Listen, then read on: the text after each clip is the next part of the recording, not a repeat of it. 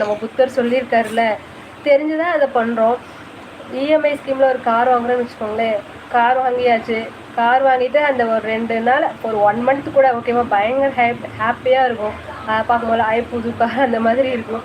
அதுக்கப்புறம் அந்த 1 மந்த் கழிச்சு இஎம்ஐ கட்டணும்னு ஒரு டேட் பாருங்களேன், அடுத்த மாதம். அப்போ தான் வந்துட்டு அதுக்கப்புறம் இந்த காரை பார்க்கும்போதெல்லாம் இதுக்கு இஎம்ஐ கட்டணுமா, இதுக்கு இஎம்ஐ கட்டணுமா, எனக்கு இந்த காரே வேணாம். நான் பஸ்ஸில் போனதே எனக்கு 100 ரூபாயோடு முடிஞ்சு டிக்கெட்டு. ஆனால் இந்த கார் எடுத்துகிட்டு போனால் 1000 ரூபாய்க்கு பெட்ரோல் போட வேண்டியதாக இருக்குது.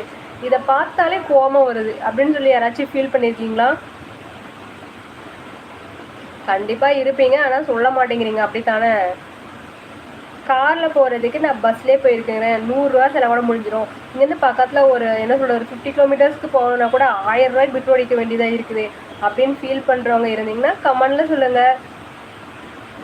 அதுவும் இஎம்ஐயில் வேற கார் வாங்கிட்டு, ஐயோ இந்த யானையை கட்டி தீனி போடுற மாதிரி அதை வேற நம்ம க்ளீன் பண்ணி நீட்டாக அப்பப்போ அதை தொடச்சி வேற வைக்கணும்.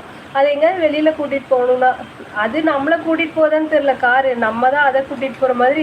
அதுக்கு வந்து பெட்ரோல் போடணும், மினிமம் 1000 ருபீஸ் கம்மியாக போட முடியாது.